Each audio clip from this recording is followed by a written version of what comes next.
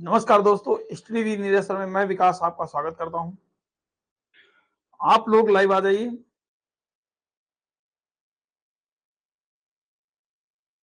आप लोग जल्दी से जल्दी जुड़ जाइए जिससे मैं क्लास को शुरू कर सकूं। और ये आज की हमारी दूसरी क्लास है।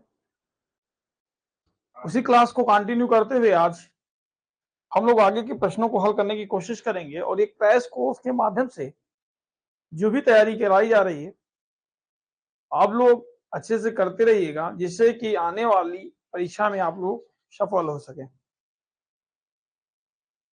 जल्दी से जल्दी जुड़ जाइए।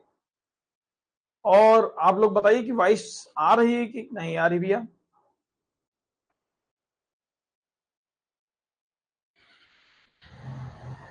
जुड़िएगा जल्दी से जल्दी। और आज का जो हमारा पहला प्रश्न रहेगा, आप लोग आज हम लोग चर्चा करेंगे भैया तो भौगोलिक परिचय के बारे में, उत्तर प्रदेश के भौगोलिक परिचय के बारे में चर्चा करेंगे। लगभग हम टॉपिक वाइज 200 प्रश्न टॉपिक वाइज करेंगे। उसके बाद हम लोग मिसलेनियस क्वेश्चन जो है 800 करेंगे भैया। ठीक है, इस तरीके से हम आगे बढ़ते चले जाएंगे। और हो सके तो आप लोग इन प्रश्नों को ना नोट करके इनके आंसर नोट करते जाइएगा और एक नोटबुक बनाइएगा। जब 10 दिन बचे परीक्षा के तो इस नोटबुक को पढ़कर जाइएगा। ठीक है भैया, इससे आपकी तैयारी में अगर यहीं से प्रश्न पूछे जाएंगे तो आप सीधे अच्छे से अच्छे जल्दी से जल्दी क्या करेंगे, कर सकते हैं भैया। तो आज का हमारा पहला प्रश्न है, आप लोग उत्तर करने की कोशिश करिएगा कि उत्तर प्रदेश का निम्नलिखित में से कौन सा जिला क्षेत्रफल की दृष्टि से सबसे छोटा है। आपको बताना है उत्तर प्रदेश का निम्नलिखित में से कौन सा जिला क्षेत्रफल की दृष्टि से सबसे छोटा है। ए हमीरपुर, बी हरदोई, सी हाथरस, डी हापुड़, ई इनमें से कोई नहीं। आप लोगों को बताना है कि उत्तर प्रदेश का सबसे छोटा जिला कौन सा है। क्षेत्रफल की दृष्टि से उत्तर प्रदेश का सबसे छोटा जिला कौन सा है। अगर हम लोग बात करते हैं उत्तर प्रदेश के जिलों के बारे में, अगर हम लोग बात करते हैं भैया तो बात करते हैं सबसे पहले उत्तर प्रदेश के सर्वाधिक क्षेत्रफल वाले जिले। सर्वाधिक क्षेत्रफल वाले जिले, अगर हम लोग बात करते हैं उत्तर प्रदेश के सर्वाधिक क्षेत्रफल वाले जिलों की अगर हम लोग बात करते हैं तो सबसे बड़ा जिला कौन सा है उत्तर प्रदेश का, तो आप लोगों को पता होगा सबसे बड़ा जिला कौन सा है भैया, लखीमपुर खीरी है। कौन सा भैया, लखीमपुर खीरी है। अगर यहीं पर अगर हम लोग दूसरे की बात करें, दूसरा जिला कौन सा है भैया, तो दूसरा जिला है हमारा भैया सोनभद्र। कौन सा जिला है भैया, सोनभद्र है। अगर यहीं पर अगर हम लोग बात करते हैं तीसरा जिला कौन सा है, तो भैया हरदोई। ये क्षेत्रफल की दृष्टि से तीसरा सबसे बड़ा जिला है उत्तर प्रदेश का। अगर हम लोग बात करते हैं नेक्स्ट हरदोई के बाद अगर हम लोग बात करते हैं भैया तो प्रयागराज, एक मिनट, सीतापुर भैया चौथे नंबर पे क्या आ जाएगा भैया, सीतापुर आ जाएगा। और पांचवें नंबर पे कौन सा जिला आएगा भैया, तो पांचवें नंबर पे आ जाएगा आपका प्रयागराज। प्रयागराज सबसे बड़ा उत्तर प्रदेश का जिला कौन सा है भैया, तो सबसे बड़ा जिला कौन सा है, लखीमपुर खीरी है, सबसे बड़ा जिला है। अगर आपसे बात करें भैया इसका क्षेत्रफल कितना है भैया, तो 7,680 वर्ग किलोमीटर इसका क्षेत्रफल है। कितना है भैया, 7,680 वर्ग किलोमीटर किसका क्षेत्रफल है भैया, तो ये क्षेत्रफल लखीमपुर खीरी का है। अगर यहीं पर हम लोग बात करते हैं उत्तर प्रदेश के न्यूनतम क्षेत्रफल वाले जिले, उत्तर प्रदेश के न्यूनतम क्षेत्रफल वाले जिले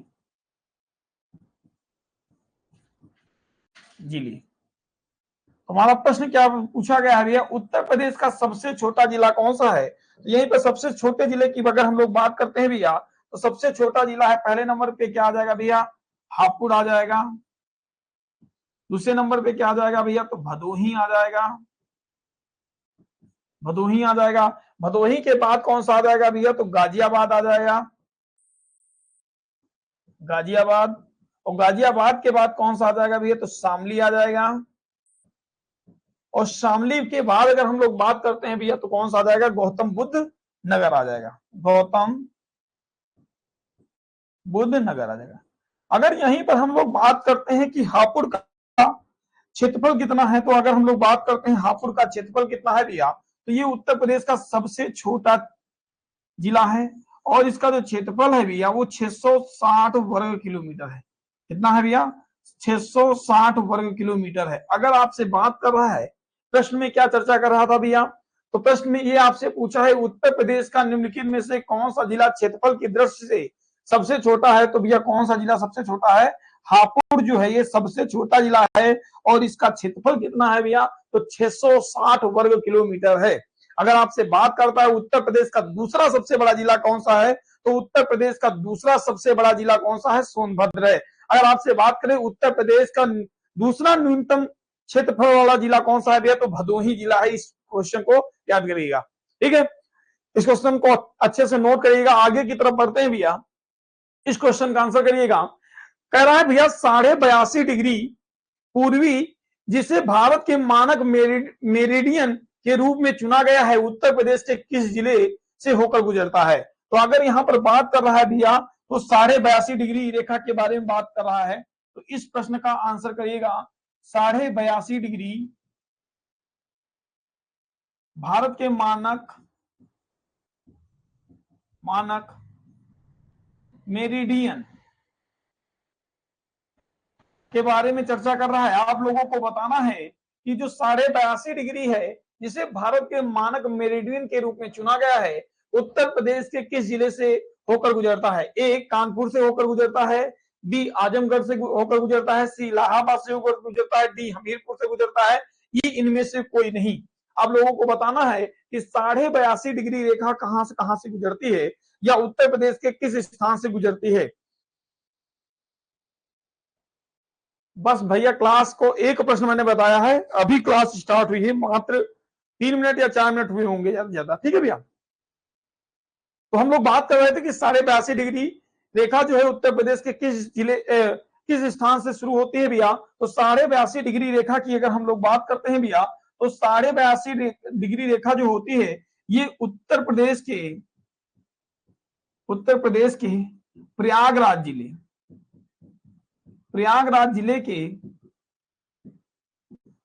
जिले के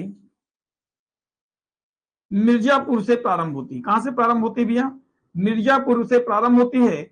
और ये कितने राज्यों से होकर गुजरती है 82.5 डिग्री रेखा? तो अगर हम लोग बात करें कितने राज्यों से होकर गुजरती है, कितने राज्यों से गुजरती है, ये कितने राज्यों से गुजरती है भैया? तो ये कुल भारत के 5 राज्यों से होकर गुजरती है। कितने राज्यों से होकर गुजरती है भैया? 5 राज्यों से होकर गुजरती है। अगर आप लोगों से बात करें कि राज्य कौन कौन से हैं, तो यहां पर अगर हम लोग बात करते हैं, सबसे पहला हो जाएगा उत्तर प्रदेश। पहला कौन सा हो जाएगा भैया? उत्तर प्रदेश हो जाएगा। दूसरा कौन सा जिला हो जाएगा? तो मध्य प्रदेश हो जाएगा। तीसरे की अगर बात करता है मध्य प्रदेश की बात अगर बात करें तो मध्य प्रदेश के बाद भैया उड़ीसा हो जाएगा, उड़ीसा। चौथा अगर आपसे बात करें भैया तो कौन सा हो जाएगा? छत्तीसगढ़ हो जाएगा, और 5 नंबर पे अगर आप लोगों से बात करें भैया तो आंध्र प्रदेश हो जाएगा। कौन सा हो जाएगा? आंध्र प्रदेश हो जाएगा। 82.5 डिग्री जो रेखा है ये उत्तर प्रदेश के मिर्जापुर से होकर गुजरती है। कहां से गुजरती है भैया? कितने टाइम क्लास चलेगी भैया? 12 बजे क्लास है दिन में आज, ठीक, पहले बता दिया गया होगा सर के द्वारा और ग्रुप पर बता दिया गया था सर के द्वारा, ठीक है भैया। अगर हम लोग बात करते हैं कितने राज्यों से होकर गुजरती है, तो 5 राज्यों से होकर गुजरती है। उत्तर प्रदेश, मध्य प्रदेश, उड़ीसा, छत्तीसगढ़, आंध्र प्रदेश से होकर ये गुजरती है। अगर यहीं पर हम लोग बात करें इलाहाबाद के बारे में बात करते हैं, तो इलाहाबाद में प्रयागराज जिले में प्रथम भारत की प्रथम वायु डाक सेवा शुरू की गई थी। वायु डाक सेवा प्रारंभ की गई थी। कब प्रारंभ की गई थी भैया? तो 1911 में प्रारंभ की गई थी। कब प्रारंभ की गई थी भैया? तो 1911 में भारत की प्रथम डाक सेवा प्रारंभ की गई थी। 1911 में ये कहां से चली थी भैया? तो उत्तर प्रदेश का स्थान पड़ता है इलाहाबाद में, एक स्थान है नैनी। नैनी से कहां तक प्रारंभ की गई थी भैया, तो प्रयागराज के मध्य संचालित की गई थी। तो इस पॉइंट को भी याद रखिएगा। अगर या आपसे बात करें कि देश का पहला जलमार्ग कहां से कहां तक चलता है भैया, तो देश का पहला जलमार्ग, यहीं पर हम लोग बात करते हैं देश का पहला जलमार्ग, देश का पहला जलमार्ग, जलमार्ग ये कहां से प्रारंभ होता है, तो जलमार्ग जो है प्रयागराज, प्रयागराज से होकर हल्दिया तक जाता है। कहां तक जाता है भैया, हल्दिया, यानी ये कहां पड़ता है हल्दिया, तो ये पश्चिम बंगाल में पड़ता है। कुल कितने किलोमीटर का रास्ता है भैया, तो 1620 किलोमीटर का रास्ता है। तो यहीं पे बात करें देश का पहला जलमार्ग कौन सा है भैया, तो देश का पहला जलमार्ग है प्रयागराज से लेकर हल्दिया तक 1620 किलोमीटर तक। अगर आपसे पूछे भारत की प्रथम वायु डाक सेवा कब प्रारंभ की गई थी भैया, तो 1911 में प्रारंभ की गई थी। कहां से लेकर, नैनी से लेकर प्रयागराज के मध्य ये शुरू की गई थी। 82.5 डिग्री रेखा कहां से गुजरती है भैया, तो प्रयागराज की मिर्जापुर से गुजरती है। कितने राज्यों से होकर गुजरती है, तो 5 राज्यों से होकर गुजरती है, उत्तर प्रदेश, मध्य प्रदेश, उड़ीसा, छत्तीसगढ़ और आंध्र प्रदेश। ठीक है भैया। सर इस लड़के को ग्रुप में ऐड, ग्रुप में सर के मोबाइल में आप लोगों को क्या करना है, जो ऐड नहीं ग्रुप में वो मैसेज कर देंगे तो सर के द्वारा ऐड कर लिया जाएगा। ठीक है भैया। तो यहाँ पर कौन सा क्वेश्चन सही हो जाएगा, तो यहाँ पर सी सही हो जाएगा, यानी इलाहाबाद। ठीक है, तो सी वाला ऑप्शन करेक्ट हो जाएगा। नेक्स्ट क्वेश्चन की तरफ हम लोग बढ़ते हैं, आप लोग आंसर करने की कोशिश करिएगा। नेक्स्ट क्वेश्चन की तरफ बढ़ते हैं भैया। निम्नलिखित में से उत्तर प्रदेश का कौन सा जनपद नेपाल के साथ सीमा साझा नहीं करता है, नेपाल के साथ सीमा साझा नहीं करता है। आपको बताना है ए बलरामपुर, बी श्रावस्ती, सी कुशीनगर, डी लखीमपुर खीरी या ई इनमें से कोई नहीं। आप लोगों को बताना है कि कौन सा उत्तर प्रदेश, कौन सा जिला जो है नेपाल के साथ सीमा साझा नहीं करता है। तो अगर हम लोग बात करते हैं नेपाल, नेपाल की बात करें भैया, तो नेपाल एक अंतरराष्ट्रीय देश है, अंतरराष्ट्रीय देश है। और अंतरराष्ट्रीय देश होने के कारण उत्तर प्रदेश जो है एकमात्र अंतरराष्ट्रीय देश के साथ क्या करता है भैया, सीमा बनाता है। उत्तर प्रदेश एकमात्र देश के साथ सीमा साझा करता है, सीमा साझा करता है। उत्तर प्रदेश के कुल कितने जिले लगते हैं भैया, तो कुल जो जिले हैं वो 7 जिले लगते हैं। नेपाल के साथ सीमा कितने जिले साझा करते हैं भैया, 7 जिले जो है सीमा साझा करते हैं। कितने जिले सीमा साझा करते हैं भैया, तो 7 जिले सीमा साझा करते हैं। तो बात करते हैं भैया, सबसे पहला जिला हो जाएगा भैया कौन सा आपका, तो महाराजगंज, महाराजगंज। दूसरे जिले की अगर हम लोग बात करते हैं महाराजगंज, दूसरा जिला हो जाएगा भैया सिद्धार्थनगर, सिद्धार्थनगर। अगर यहीं पर बात करते हैं बलरामपुर, नेक्स्ट है हमारा भैया बलरामपुर, बलरामपुर। चौथा हमारा कौन सा है भैया, श्रावस्ती, श्रावस्ती, श्रावस्ती जिला है। इसके बाद भैया कौन सा जिला है भैया, तो बहराइच है, बहराइच। इसके बाद कौन सा जिला है भैया, तो हमारा है लखीमपुर खीरी, लखीमपुर खीरी। इसके बाद अगर हम लोग बात करते हैं नेक्स्ट कौन सा है हमारा, तो नेक्स्ट है 7 नंबर पे हमारा आ जाएगा भैया पीलीभीत, पीलीभीत। कुल कितनी सीमा लगती है भैया इन 7 जिलों के साथ, तो कुल सीमा अगर आपसे पूछे तो 590 किलोमीटर की सीमा साझा होती है। किसके साथ भैया, तो नेपाल के साथ सीमा साझा होती है। तो यहां पर कौन सा ऑप्शन सही हो जाएगा, तो यहां पर कौन सा ऑप्शन सही हो जाएगा भैया, सी कुशीनगर जो जिला है वो नेपाल देश के साथ सीमा साझा नहीं करता। तो यहाँ पर कौन सा सही हो जाएगा भैया, सी। ठीक है, यहां पर याद रखिएगा नेपाल देश के साथ कितने जिले सीमा साझा करते हैं भैया, तो 7 जिले सीमा साझा करते हैं। महाराजगंज, सिद्धार्थनगर, बलरामपुर, श्रावस्ती, बहराइच, लखीमपुर खीरी, पीलीभीत, ये जो हैं जिले नेपाल के साथ क्या करते हैं भैया, सीमा साझा करते हैं। कुल कितने किलोमीटर भैया, तो 590 किलोमीटर। आगे क्वेश्चन की तरफ बढ़ते हैं, आंसर करते रहिएगा। नेक्स्ट क्वेश्चन है भैया, उत्तर प्रदेश की भौगोलिक सीमा साझा नहीं करता है। ये क्वेश्चन थोड़ा गलत है भैया, मिसप्रिंट हो गया है। उत्तर प्रदेश की भौगोलिक सीमा साझा नहीं करता है, तो ये थोड़ा गलत है क्वेश्चन। नेक्स्ट क्वेश्चन की तरफ बढ़ते हैं।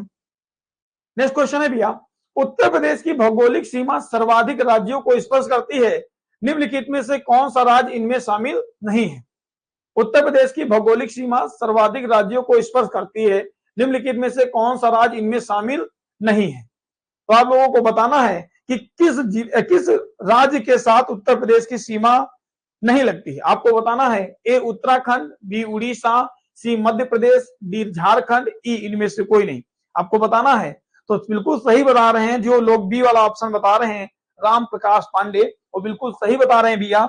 उड़ीसा के साथ उत्तर प्रदेश की सीमा नहीं लगती। किसके साथ सीमा नहीं लगती भैया, उड़ीसा के साथ जो है उत्तर प्रदेश की सीमा नहीं लगती है। सर्वाधिक सीमा किस राज्य के साथ लगती है, तो भैया सर्वाधिक सीमा जो है वो मध्य प्रदेश के साथ लगती है। किसके साथ लगती है भैया, सर्वाधिक सीमा मध्य प्रदेश के साथ लगती है। कुल कितने जिले लगते हैं भैया, तो 11 जिले जो है ये सीमा बनाते हैं। कुल कितने जिले सीमा बनाते हैं भैया, कुल 11 जिले सीमा बनाते हैं। झारखंड के साथ कितने, तो भैया एक जिला मात्र जो है सीमा बनाता है। कौन सा जिला है भैया, तो सोनभद्र जिले के साथ सीमा बनाते हैं। और यहाँ पर अगर हम लोग बात करते हैं उत्तराखंड, तो उत्तराखंड के साथ कितने जिले सीमा बनाते हैं भैया, तो उत्तराखंड के साथ 8 जिले सीमा बनाते हैं। कितने जिले बनाते हैं भैया, 8 जिले जो हैं वो सीमा बनाते हैं। कौन कौन से जिले हैं उनके बारे में अगर हम लोग चर्चा करें भैया, तो उत्तराखंड के साथ 7 जिले सीमा बनाते हैं। कितने जिले सीमा बनाते हैं भैया, 7 जिले सीमा बनाते हैं। अगर हम बात करें उत्तराखंड के साथ कौन से जिले सीमा बनाते हैं भैया, तो बात करें भैया सबसे पहले है सहारनपुर। दूसरे जिले की अगर हम लोग बात करते हैं तो मुजफ्फरनगर।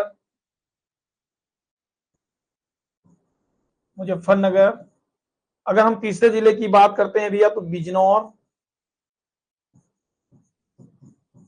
बिजनौर। अगर हम इसके बाद भैया बात करें चौथा नंबर पे है तो मुरादाबाद।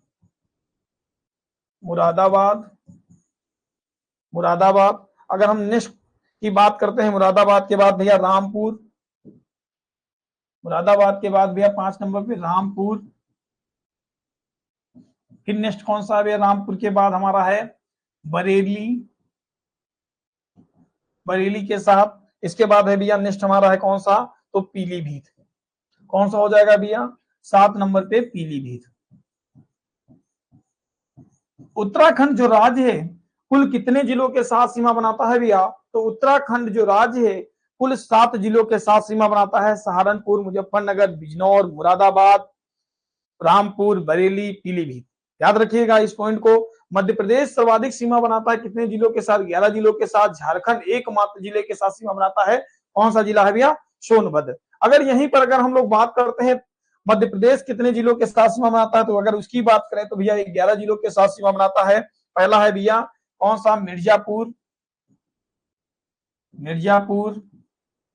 दूसरा जिला कौन सा है भैया, सोनभद्र सीमा बनाता है। इसके बाद अगर हम लोग बात करें प्रयागराज, 3 नंबर पे कौन सा आ जाएगा भैया, प्रयागराज। अगर हम लोग नेक्स्ट की बात करें प्रयागराज के बाद कौन सा हो जाएगा भैया, चित्रकूट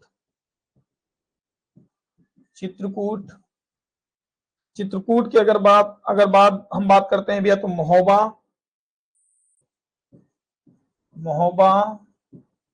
महोबा के बाद अगर हम लोग बात करते हैं भैया तो बांदा, झांसी। कौन सा जिला लगता है भैया, झांसी के बाद भैया कौन सा लगता है, आगरा। नेक्स्ट कौन सा है भैया, तो ललितपुर के साथ सीमा लगती है। नेक्स्ट की अगर बात करते हैं भैया तो इटावा, 10 नंबर पे इटावा। और फिर भैया कौन सा है भैया 11 नंबर पे, तो जालौन। इतने जिलों के साथ जो है मध्य प्रदेश की सीमा लगती है। कितने जिलों के साथ, कुल जो है 11 जिलों के साथ सीमा लगती है। सर्वाधिक जिलों के साथ सीमा लगती है। मिर्जापुर, सोनभद्र, प्रयागराज, चित्रकूट, महोबा, बांदा, झांसी, आगरा, ललितपुर, इटावा और जालौन। और एक बात मैं ये भी बता देना चाहता हूं, जो ललितपुर जिला है ये तीन तरफ से किससे घिरा हुआ है भैया? तो ललितपुर जो जिला है तीन तरफ से किससे घिरा हुआ है? ये तीन तरफ से भैया, तीन तरफ से मध्य प्रदेश से घिरा हुआ है। किससे घिरा हुआ है भैया? मध्य प्रदेश से घिरा हुआ है। इस पॉइंट को भी याद रखिएगा, किससे घिरा हुआ है भैया? तो मध्य प्रदेश से घिरा हुआ है। अगर हम यहीं पर बात करते हैं, सोनभद्र की बात करते हैं, तो सोनभद्र जिला एकमात्र ऐसा जिला है जो तीन राज्यों के साथ सीमा बनाता है। कितने राज्यों के साथ सोनभद्र जिला सीमा बनाता है भैया? तो तीन राज्यों के साथ सीमा इसकी लगती है। कितने राज्यों के साथ सीमा लगती है बच्चा? तीन राज्यों के साथ सीमा लगती है। कौन कौन से राज्य हैं? तो अगर हम लोग बात करते हैं तो सबसे पहला है भैया झारखंड की बात की हम लोगों ने, झारखंड के साथ सीमा लगती है। इसके बाद किसके साथ सीमा लगती है भैया? झारखंड के बाद भैया दूसरा है छत्तीसगढ़ के साथ सीमा लगती है। किसके साथ लगती है भैया? छत्तीसगढ़ के साथ सीमा लगती है। अगर यहीं पर हम लोग बात करते हैं तीसरा कौन सा है भैया? तो मध्य प्रदेश के साथ सीमा लगती है। किसके साथ सीमा लगती है भैया? मध्य प्रदेश के साथ सीमा लगती है। ठीक है, यहां पर इस क्वेश्चन का आंसर हम लोगों ने बहुत अच्छे से पढ़ लिया है। आप लोग क्या करिएगा, नोट कर लीजिएगा। सबसे अधिक किसके साथ सीमा लगती है भैया? तो 11 जिलों के साथ मध्य प्रदेश के साथ लगती है। झारखंड जो है सोनभद्र के साथ सीमा साझा करता है और सोनभद्र के साथ तीन राज्यों की सीमा लगती है, झारखंड, मध्य प्रदेश और छत्तीसगढ़ की। इस पॉइंट को भी आप लोग क्या करिएगा, नोट करिएगा। और ललितपुर जिला जो है ये तीन तरफ से किससे घिरा हुआ है भैया? तो तीन तरफ से भैया ये किससे घिरा हुआ है? ये तीन तरफ से मध्य प्रदेश से घिरा हुआ है। आगे की तरफ बात करते हैं भैया, निम्न में से किससे उत्तर प्रदेश की सीमा नहीं लगती है? राजस्थान के साथ सीमा नहीं लगती है, पंजाब के साथ सीमा नहीं लगती है, सी हरियाणा के साथ सीमा नहीं लगती है, डी उड़ीसा के साथ सीमा नहीं लगती, ई इनमें से कोई नहीं। आप लोगों को बताना है भैया निम्न में से किससे उत्तर प्रदेश की सीमा नहीं लगती है? ए राजस्थान, बी पंजाब, सी हरियाणा, डी उड़ीसा। तो इसमें से कौन सा आंसर सही हो जाएगा भैया? तो आप लोगों को बताना होगा इनमें से कोई नहीं। कौन सा सही हो जाएगा भैया? इनमें से कोई नहीं, क्योंकि जो उत्तर प्रदेश की सीमा है वो पंजाब के साथ नहीं लगती है, उड़ीसा के साथ नहीं लगती है, लेकिन राजस्थान के साथ लगती है, हरियाणा के साथ लगती है। तो दो ऑप्शन इसके गलत हैं, दो सही है। तो इसमें से कौन सा सही हो जाएगा? ई वाला, इनमें से कोई नहीं। ठीक है भैया, याद रखिएगा। कंप्यूटर की क्लास हमारी क्लास के बाद होगी, ठीक है भैया। नेक्स्ट क्वेश्चन की बात करते हैं हम लोग। निम्न में से कौन सा जिला बुंदेलखंड क्षेत्र का हिस्सा है? निम्नलिखित में से कौन सा जिला बुंदेलखंड क्षेत्र का हिस्सा है? ए चंदौली, बी औरैया, सी महोबा, डी एटा, ई इनमें से कोई नहीं। आपको बताना है कि निम्न में से कौन सा जिला बुंदेलखंड क्षेत्र का हिस्सा है। आंसर बताइए भैया। आप लोग बता रहे हैं महोबा, कुलदीप सिंह महोबा बता रहे हैं, विनीत महोबा बता रहे हैं, विनीत कुमार महोबा। तो बात करते हैं बुंदेलखंड क्षेत्र के बारे में। अगर हम लोग बात करते हैं भैया बुंदेलखंड क्षेत्र, तो यहां पे अगर हम लोग बुंदेलखंड क्षेत्र की बात करें, बुंदेलखंड क्षेत्र, बुंदेलखंड क्षेत्र के साथ उत्तर प्रदेश के कितने जिले आते हैं भैया बुंदेलखंड क्षेत्र में? तो बुंदेलखंड क्षेत्र में उत्तर प्रदेश के 7 जिले आते हैं। कितने जिले आते हैं भैया? कुल जो है 7 जिले आते हैं, कुल 7 जिले आते हैं। इन 7 जिलों की अगर हम लोग बात करते हैं भैया, तो सबसे पहला हो जाएगा चित्रकूट, चित्रकूट। दूसरा हो जाएगा भैया आपका झांसी, झांसी हो जाएगा। तीसरे की अगर हम लोग बात करते हैं भैया तो जालौन। अगर हम यहां पे बात करें तो हमीरपुर, हमीरपुर आएगा भैया। इसके बाद अगर हम लोग बात करते हैं तो महोबा, महोबा। इसके बाद अगर हम लोग बात करें तो भैया बांदा, बांदा। और यहां पर अगर हम लोग बात करते हैं भैया बांदा के बाद भैया तो ललितपुर, ललितपुर। अगर आप लोगों से बात करें कि बुंदेलखंड क्षेत्र के अंतर्गत कितने जिले आते हैं भैया, तो बुंदेलखंड क्षेत्र के अंतर्गत उत्तर प्रदेश के 7 जिले आते हैं। और मध्य प्रदेश के साथ कितने जिले आते हैं? मध्य प्रदेश के कितने जिले आते हैं भैया? तो मध्य प्रदेश के भैया 6 जिले आते हैं। कितने जिले आते हैं भैया? 6 जिले आते हैं। कुल कितने बुंदेलखंड क्षेत्र के अंतर्गत जिले आते हैं भैया, तो मध्य प्रदेश के 6 और उत्तर प्रदेश के 7, तो 6 और 7 कितना हो जाएगा भैया, 13 जिले आते हैं। तो यहाँ पर क्वेश्चन पूछ रहा था निम्न में से कौन सा जिला बुंदेलखंड क्षेत्र का हिस्सा है? ए चंदौली, बी औरैया, सी महोबा, डी एटा, ई इनमें से कोई नहीं। तो आपको कौन सा सही होगा आपका आंसर भैया? ये सही हो जाएगा, सी वाला महोबा जो है ये बिल्कुल करेक्ट हो जाएगा। ठीक है, नेक्स्ट क्वेश्चन की तरफ बढ़ते हैं, आगे की तरफ बढ़ते हैं, आप लोग आंसर करिएगा।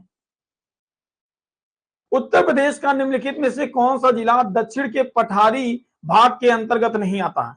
पठारी भाग के अंतर्गत नहीं आता है, जालौन नहीं आता है, A option Jalaun, B Agra, C Hamirpur, D Jhansi, E इनमें से कोई नहीं। आप लोगों को बताना है उत्तर प्रदेश का निम्नलिखित में से कौन सा जिला दक्षिण के पठारी भाग के अंतर्गत नहीं आता है। दक्षिण के पठारी भाग के दक्षिण के पठारी भाग का मतलब है दक्षिण के पठारी भाग, दक्षिण के पठारी भाग का तात्पर्य क्या है भैया? तो यहाँ पर ये बात कर रहा है भैया बुंदेलखंड, बुंदेलखंड क्षेत्र की बात कर रहा है। किसकी बात कर रहा है भैया? बुंदेलखंड क्षेत्र की बात कर रहा है। तो इसमें कौन सा जिला नहीं आ रहा है? जालौन नहीं आ रहा, आगरा नहीं आ रहा, हमीरपुर, झांसी, इनमें से कोई नहीं। तो ये कौन सा जिला नहीं आ रहा है भैया? बी वाला आगरा जो है ये बुंदेलखंड क्षेत्र के अंतर्गत जिला नहीं आता है। ठीक है, तो बी वाला ऑप्शन जो है वो बिल्कुल करेक्ट हो जाएगा। नेक्स्ट क्वेश्चन की तरफ बढ़ते हैं भैया। आपको बताना है उत्तर प्रदेश निम्नलिखित में से किन अक्षांशों व देशांतरों के मध्य स्थित है?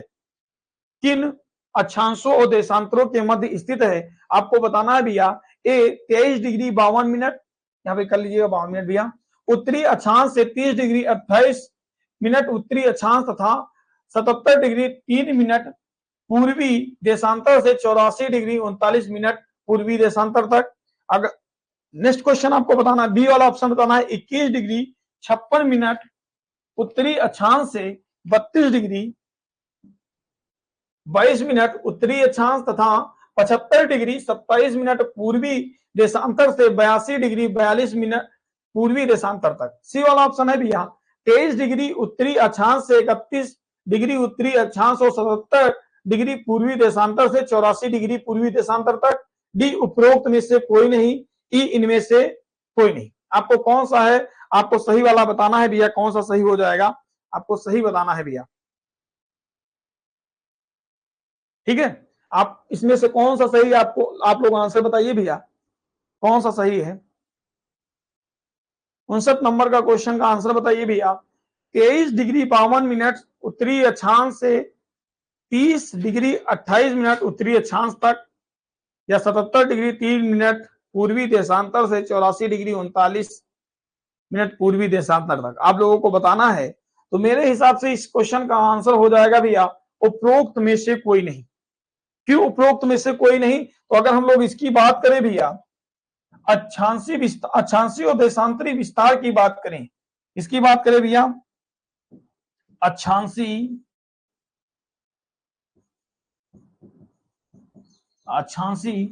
व देशांतरी विस्तार की बात करें भैया, देशांतरी विस्तार की बात करें अगर हम लोग, तो कहां से शुरू होता है आप लोगों को पता भी होगा। 23 डिग्री 52 मिनट से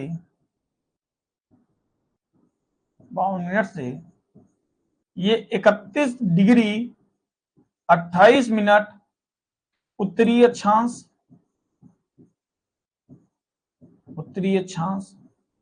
और कौन सा हो जाएगा भैया? तो यहाँ पे 77 डिग्री 3 मिनट से ये 84 डिग्री 39 मिनट पूर्वी देशांतर। ये आपका अक्षांशी और देशांतरी क्या है भैया? विस्तार है। तो ये कौन सा विस्तार है? अक्षांशी और देशांतरी विस्तार है। तो ये वाला जो है आपका सही। नेक्स्ट क्वेश्चन की तरफ बढ़ते हैं। आपको बताना है जलवायु के बारे में हम लोग चर्चा करते हैं। उत्तर प्रदेश की जलवायु निम्नलिखित में से किस प्रकार की है? अगर हम लोग बात करते हैं उत्तर प्रदेश की जलवायु निम्नलिखित में से किस प्रकार की है? ए शीतोष्ण कटिबंधीय है, बी समशीतोष्ण है, सी उष्ण कटिबंधीय मानसूनी है, डी गर्म शुष्क मानसूनी है, इनमें से कोई नहीं। तो अगर हम लोग बात करते हैं उत्तर प्रदेश की जलवायु की, तो उत्तर प्रदेश की जो जलवायु है, उत्तर प्रदेश की जो जलवायु है, उत्तर प्रदेश की जो जलवायु है ये कैसी है भैया? तो ये उष्णकटिबंधीय मानसूनी है। कौन सी है भैया? उष्णकटिबंधीय, उष्णकटिबंधीय मानसूनी। ठीक है, तो इसका आंसर कौन सा सही हो जाएगा भैया? तो इसका आंसर जो है सी वाला ऑप्शन जो है वो सही हो जाएगा। ठीक, 60 का सी, विवेक कुमार बिल्कुल सही बता रहे हैं। नेक्स्ट क्वेश्चन की तरफ पढ़ते हैं। आप लोगों को बताना है उत्तर प्रदेश की जलवायु कैसी है?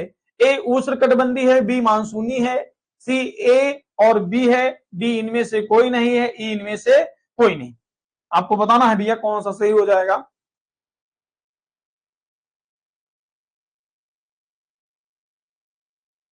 सी, ए और बी। तो हम लोग बात किए थे कि उत्तर प्रदेश की जो जलवायु है कैसी है भैया? तो उष्णकटिबंधीय मानसूनी है। तो ए और बी दोनों जो है ये करेक्ट हो जाएंगे। बिल्कुल सही बता रहे हैं आप लोग। नेक्स्ट क्वेश्चन की तरफ बात करिएगा भैया। उत्तर प्रदेश के किस जिले में सर्वाधिक वर्षा होती है? ए आगरा में होती है, बी गोरखपुर में होती है, सी मऊ में होती है, डी उन्नाव में होती है, ई इनमें से कोई नहीं। आपको बताना है भैया उत्तर प्रदेश के एक मिनट वेट करिएगा आप लोग।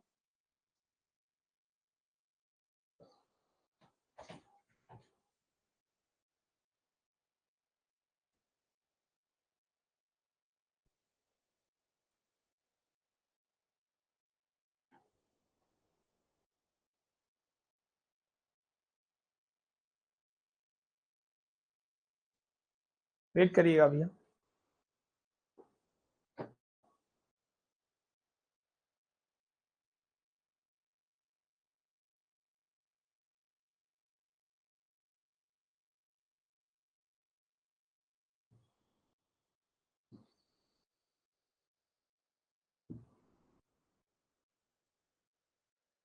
इसको करना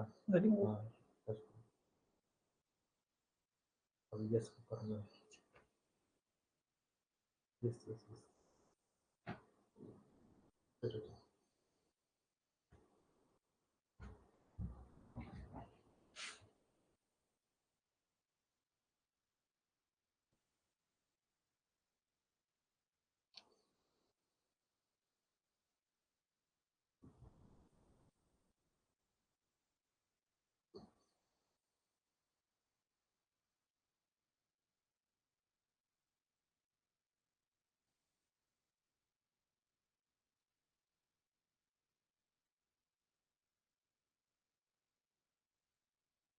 वेट करिएगा भैया।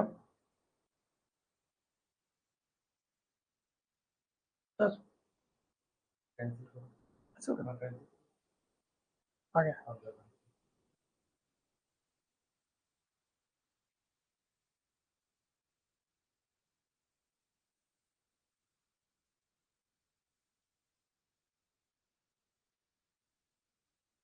तो हम लोग बात कर रहे थे भैया 62 नंबर क्वेश्चन पर कि उत्तर प्रदेश के किस जिले में सर्वाधिक वर्षा होती है। तो आप लोगों को पता है कि उत्तर प्रदेश के गोरखपुर जिले में सर्वाधिक वर्षा होती। कहां वर्षा अधिक होती भैया?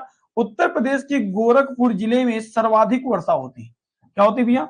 सर्वाधिक वर्षा होती है, सर्वाधिक वर्षा होती है। कितने सेंटीमीटर वर्षा होती है भैया? तो 184.7 सेंटीमीटर वर्षा होती है। कितनी होती है भैया? 184.7 सेंटीमीटर जो है वर्षा होती है। अगर आपसे बात करें कि न्यूनतम वर्षा कहां होती है भैया? तो न्यूनतम वर्षा किस जिले में होती है भैया? तो उत्तर प्रदेश के मथुरा जिले में होती है। किस जिले में होती है? मथुरा जिले में न्यूनतम वर्षा होती है। कितने सेंटीमीटर वर्षा होती है भैया? तो अगर हम लोग बात करते हैं सेंटीमीटर की तो 54.4 सेंटीमीटर। कितनी भैया? 54.4 सेंटीमीटर जो है ये वर्षा होती है। अगर अधिकतम की बात करें भैया कहां होती है? तो गोरखपुर में होती है। न्यूनतम कहां होती है? तो मथुरा में होती है। अगर आप लोगों से यहीं पर बात करें कि ग्रीष्म ऋतु में सर्वाधिक तापमान किन जिलों का होता है? सर्वाधिक तापमान उत्तर प्रदेश के किन जिलों का होता है ग्रीष्म ऋतु में?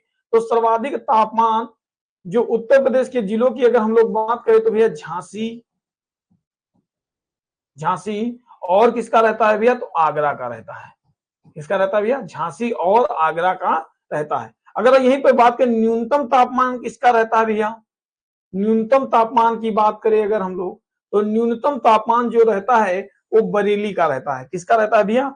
बरेली का रहता है। तो इस पॉइंट को भी आप लोग क्या करिएगा? नोट करिएगा, बरेली का रहता है। ठीक है, इस पॉइंट को भी याद रखिए। सर्वाधिक वर्षा कहां होती है? तो गोरखपुर में। न्यूनतम वर्षा कहां होती है भैया?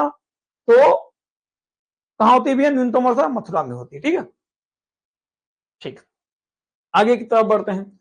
नेक्स्ट क्वेश्चन है भैया, उत्तर प्रदेश के किस जिले में सबसे कम वर्षा होती है? तो अभी हम लोगों ने बात की है कि उत्तर प्रदेश के किस जिले में सबसे कम वर्षा होती है। तो सबसे कम वर्षा कहां होती है भैया? तो ये होती है भैया मथुरा में। कहां होती है भैया? मथुरा में। तो सी वाला ऑप्शन जो है ये सही हो जाएगा। ठीक है, आगे नेक्स्ट क्वेश्चन की तरफ बढ़ते हैं हम लोग कि वर्षा के विवरण के आधार पर उत्तर प्रदेश को कितने जलवायु विभागों में विभाजित किया गया है? वर्षा के विवरण के आधार पर उत्तर प्रदेश को कितने जलवायु विभागों में विभाजित किया गया है? ए 3, बी 2, सी 4, डी 1, ई इनमें से कोई नहीं। तो आप लोगों को बताना है कि वर्षा के विवरण के आधार पर उत्तर प्रदेश को कितने जलवायु विभागों में बांटा गया है? आप लोग बताइए कमेंट बॉक्स में।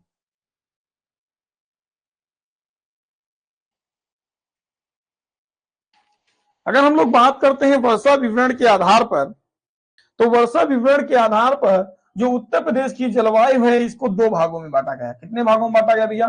दो भागों में बांटा गया है। कौन कौन से भाग हैं?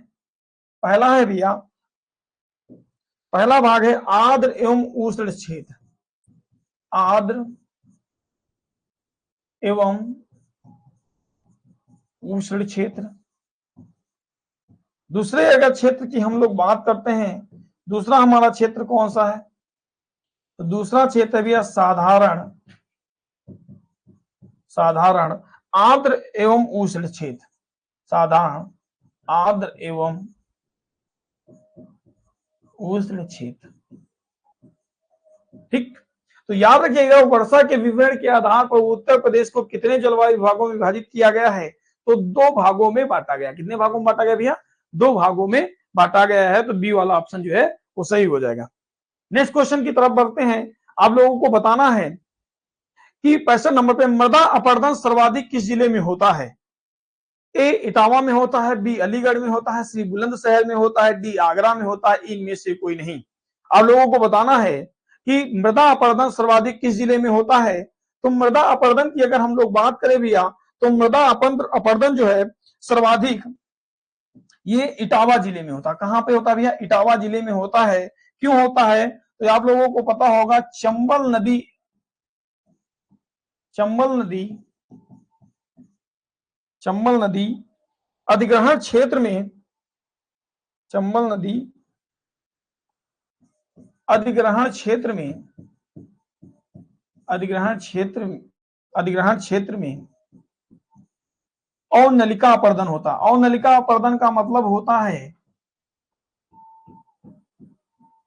कि जो चंबल नदी है ये क्या बनाती है भैया? बीहड़ बनाती हुई चलती है, इधर उधर मृदा को काटते हुए चलती है। और उत्तर प्रदेश में सर्वाधिक जो मृदा अपरदन होता है वो कहां होता है भैया? तो इटावा जिले में होता है। इस क्वेश्चन का आंसर कौन सा सही हो जाएगा भैया? ए वाला सही हो जाएगा। फिर नेक्स्ट क्वेश्चन की है, उत्तर प्रदेश में किस प्रकार की मिट्टी अधिकांशता पाई जाती है? ए बालुई मिट्टी पाई जाती है, बी जलोढ़ मिट्टी पाई जाती है, सी लाल मिट्टी पाई जाती है, डी लाल और काली मिट्टी का मिश्रण है, ई इनमें से कोई नहीं। तो आप लोगों को बताना है कि उत्तर प्रदेश में किस प्रकार की मिट्टी सर्वाधिक पाई जाती है। तो उत्तर प्रदेश में सर्वाधिक जो मिट्टी पाई जाती है वो जलोढ़ मिट्टी पाई जाती है। कौन सी मिट्टी पाई जाती है?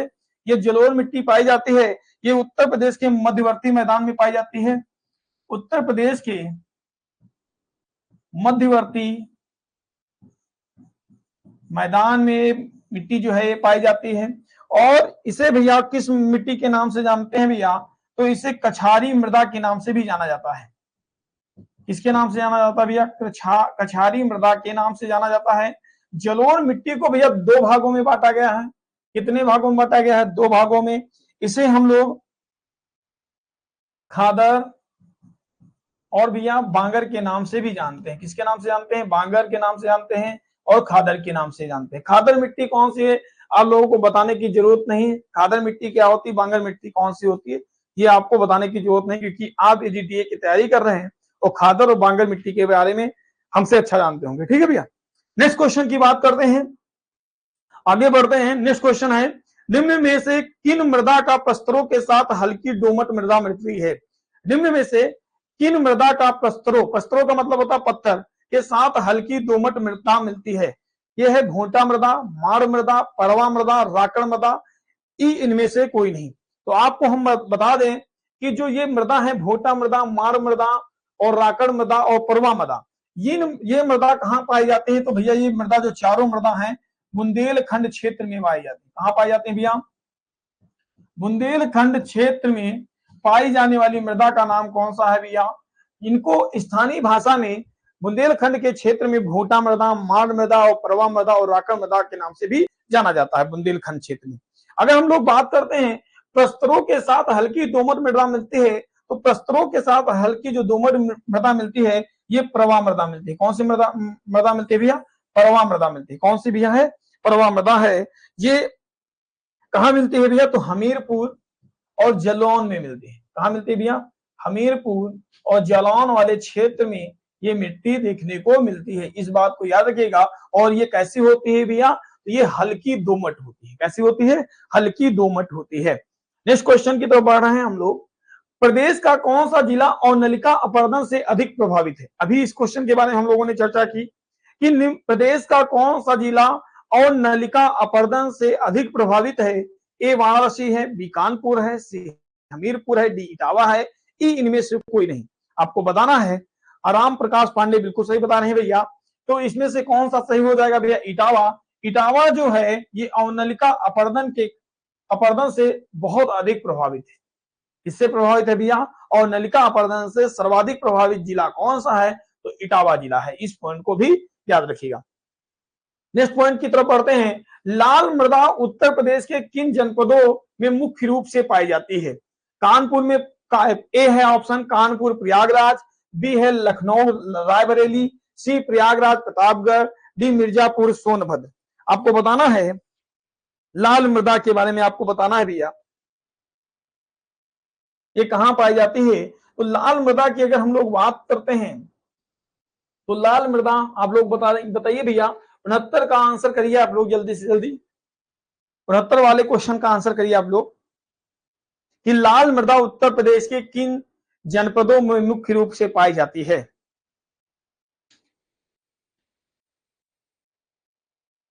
विनीत कुमार डी मिर्जापुर सोनभद्र, राम प्रकाश पांडे डी मिर्जापुर सोनभद्र बता रहे हैं भैया। रामचंद्र वर्मा, विवेक कुमार डी। तो आप लोग सही बता रहे हैं कि लाल मृदा जो है उत्तर प्रदेश के किन जनपदों में मुख्य रूप से पाई जाती है? तो भैया ये कहां पाई जाती है? मिर्जापुर और सोनभद्र में लाल मृदा पाई जाती है। कौन सी मिट्टी पाई जाती है भैया? लाल मृदा पाई जाती है। और इसमें किसकी कमी होती है भैया? तो इसमें नाइट्रोजन, फास्फोरस,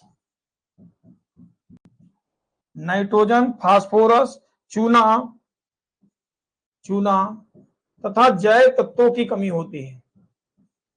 जैव तत्वों की क्या होती है भैया? कमी होती है। कमी होती है। और इस मिट्टी में क्या पाया जाता है भैया? तो लौह अंश अधिक पाया जाता है। क्या पाया जाता है भैया? इस मिट्टी में लौह अंश अधिक पाया जाता है, इसलिए इसका रंग कैसा होता है भैया? लाल होता है। और ये उत्तर प्रदेश के किन जिलों में पाई जाती है? तो मिर्जापुर और सोनभद्र जिलों में पाई जाती है। ठीक है, हाँ। नेक्स्ट क्वेश्चन की तरफ बढ़ रहे हैं भैया। जलोढ़ मृदा में किस रसायन की प्रचुरता रहती है? ए पोटास एवं चूना की, बी मैग्नीज एवं सल्फर की, सी फास्फोरस एवं सल्फर की, डी इनमें से कोई नहीं। इस क्वेश्चन का आंसर आप लोग खुद बताएंगे कि जलोढ़ मृदा में किस रसायन की अधिकता होती है या प्रचुरता होती है। आप लोग बताइए इसका आंसर भैया। फास्फोरस एवं सल्फर। विनीत कुमार, विवेक, राम प्रकाश पांडे, विपिन कुमार, सी।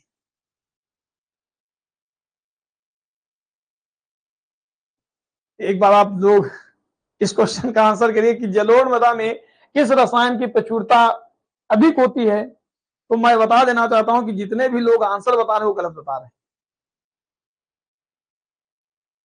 जलोढ़ मृदा में किस रसायन की प्रचुरता अधिक होती है भैया? तो जलोढ़ मृदा में जो है पोटाश और चूना की मात्रा जो है सर्वाधिक होती है। किसकी मात्रा अधिक होती है भैया? पोटाश और चूना की।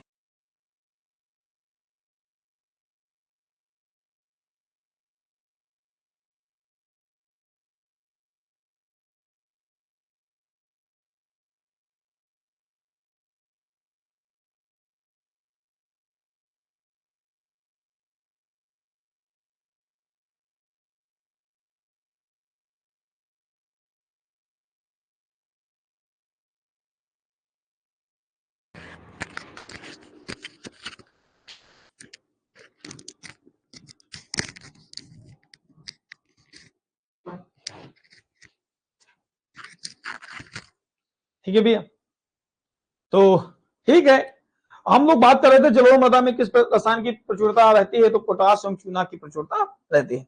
नेक्स्ट क्वेश्चन की तरफ बढ़ते हैं। किस मृदा को स्थानीय भाषा में रेंगुल या कपास मृदा कहा जाता है? ए भूड़ मृदा को कहा जाता है, बी काली मृदा को कहा जाता है, सी लाल मृदा को कहा जाता है, डी परवा मृदा को कहा जाता है, ई इनमें से कोई नहीं। तो आप लोगों को पता है कपास मृदा या कपासी मिट्टी या रेंगुल मिट्टी किसे कहा जाता है भैया? तो कपासी मिट्टी या रेंगुल मिट्टी जो है ये काली मृदा को कहा जाता है। किसको कहा जाता है भैया? काली मृदा को कहा जाता है। इसका जो रासायनिक नाम होता है चेरनोजम होता है। क्या होता है भैया? चेरनोजम होता है। चेरनोजम जो है इसका रासायनिक नाम होता है और इसे स्वतः जुती हुई मिट्टी के नाम से भी जाना जाता है। किसके नाम से जाना जाता है भैया? स्वतः जुती हुई मिट्टी के नाम से जाना जाता है और इसकी जल धारण की क्षमता जो है सर्वाधिक होती है। स्वतः जुती हुई मिट्टी के नाम से जाना जाता है। किसको जाना जाता है भैया? तो काली मृदा को जाना जाता है और इसे स्थानीय भाषा में करेल भी कहते हैं। स्थानीय भाषा में क्या कहते हैं भैया? स्थानीय भाषा में इसे क्या कहा जाता है भैया? करेल भी कहा जाता है। क्या कहा जाता है? करेल कहा जाता है। ठीक है, तो कौन सा ऑप्शन सही हो जाएगा भैया? बी वाला ऑप्शन जो है ये सही हो जाएगा। नेक्स्ट क्वेश्चन की तरफ बढ़ते हैं। उत्तर प्रदेश वन के बारे में है क्वेश्चन। उत्तर प्रदेश के संदर्भ में निम्नलिखित कथनों पर विचार कीजिए। विचार करना है। पहला कथन कह रहा है भैया, ए राज्य के कुल भौगोलिक क्षेत्रफल का लगभग 12.8% वन है। दूसरा क्या कह रहा है भैया? जौनपुर, गाजीपुर और बलिया जिलों में कोई वन भूमि नहीं है। नीचे दिए गए कूट से सही उत्तर चुनिए। कूट है ए ना तो एक ना ही दो, बी वाला ऑप्शन है केवल दो, बी और फिर यहां पर भैया है ऑप्शन सी वाला है दोनों, एक व दो दोनों, डी केवल एक। आपको बताना है कौन सा कथन सही है। आपको बताना है उत्तर प्रदेश के संदर्भ में निम्नलिखित कथनों पर विचार कीजिए, कौन सा सही है भैया आप लोग बताइए। राज्य के कुल भौगोलिक क्षेत्रफल का लगभग, अगर हम लोग बात करते हैं, अगर हम लोग बात करें वन सर्वेक्षण रिपोर्ट के अनुसार, वन सर्वेक्षण रिपोर्ट के आधार पर उत्तर प्रदेश के भौगोलिक, उत्तर प्रदेश की कुल भौगोलिक क्षेत्र, कुल भौगोलिक क्षेत्र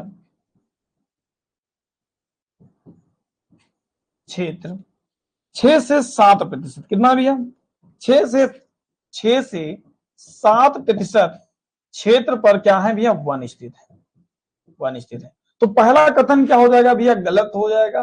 और ये कह रहा है भैया जौनपुर, गाजीपुर और बलिया जिलों में कोई वन भूमि नहीं है। तो ये कथन बिल्कुल सही है कि गाजीपुर, जौनपुर और भैया बलिया में कोई वन भूमि नहीं है। तो ये कौन सा सही हो जाएगा भैया? केवल दो वाला कथन जो है ये सही है, बाकी पहला वाला जो क्या है वो गलत है, याद रखिएगा। ठीक है, नेक्स्ट क्वेश्चन की तरफ बढ़ते हैं कि उत्तर प्रदेश में सामाजिक वानिकी कब प्रारंभ हुई थी? आप लोग बताइए। वर्ष 1975-76 में, बी वर्ष 1978-79 में, सी वर्ष 1979 से 80 में, डी वर्ष 1992 से 93 में, ई इनमें से कोई नहीं। इस क्वेश्चन का आंसर करिए 73 वाले का भी आप। तो अगर हम लोग बात करते हैं सामाजिक वानिकी, आप लोग बताइएगा तो सामाजिक वानिकी शब्द का सबसे पहले प्रयोग किसने किया था, ये भी बता दीजिए। इस शब्द का सबसे पहले प्रयोग जो है बेस्टो बॉय ने किया था। किसने किया था भैया? इस शब्द का प्रयोग सबसे पहले बेस्टो बॉय ने किया था। कब किया था बेस्टो बॉय ने इस शब्द का प्रयोग? तो 1968 में सबसे पहले सामाजिक वानिकी शब्द का प्रयोग जो है बेस्टो बॉय ने किया था। और उत्तर प्रदेश में सामाजिक वानिकी कार्यक्रम कब शुरू किया गया भैया? तो ये 1979 से 80 के मध्य संचालित किया गया। कब संचालित किया गया भैया? 1979 से 1980 के मध्य संचालित किया गया। तो कौन सा ऑप्शन सही हो जाएगा भैया? सी वाला ऑप्शन सही हो जाएगा। और किसके सहयोग से शुरू किया गया था? तो ये भी याद रखिएगा कि विश्व बैंक के सहयोग से शुरू किया गया था। किसके सहयोग से शुरू किया गया था? विश्व बैंक के सहयोग से शुरू किया गया था। ठीक है, इस क्वेश्चन को भी नोट कर लीजिएगा।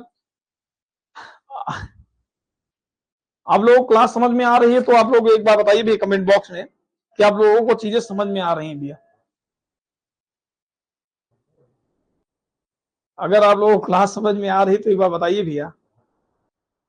आगे नेक्स्ट क्वेश्चन की तरफ बढ़ते हैं कि उत्तर प्रदेश वन निगम कब स्थापित हुआ था? उत्तर प्रदेश वन निगम कब स्थापित किया गया? मोस्ट इंपॉर्टेंट प्रश्न है ये। प्रश्न जो है आपकी परीक्षा में पूछे जा सकते हैं, प्रबल संभावना है यहां से। ठीक है, उत्तर प्रदेश वन निगम कब स्थापित हुआ था भैया? ए 25 नवंबर 1974 को, बी 25 नवंबर 1975 को, सी 25 नवंबर 1976 को, डी 25 नवंबर 1977 को, ई इनमें से कोई नहीं। आप लोग बताइए भैया इस क्वेश्चन का आंसर क्या होगा? तो उत्तर प्रदेश वन निगम जो स्थापित किया गया था ये 25 नवंबर 1974 को स्थापित किया गया था। कब स्थापित किया गया था भैया? 25 नवंबर 1974 को उत्तर प्रदेश वन निगम स्थापित किया गया था। बहुत बढ़िया। कुछ लोग जो हैं वो बहुत अच्छे तरीके से उनकी तैयारी चल रही है, लगातार प्रश्नों को हल करने की कोशिश कर रहे हैं, अच्छे अच्छे आंसर बता रहे हैं। ठीक है, इसी तरीके से अगर आप लोग लगे रहेंगे तो सफलता अवश्य मिलेगी। बहुत ज्यादा भीड़ नहीं है, आपको एक सीट लेनी है और अच्छे से मेहनत करिएगा। आपके पास पूरा कितना दिन है भी? अभी लगभग 43 दिन है आपके पास।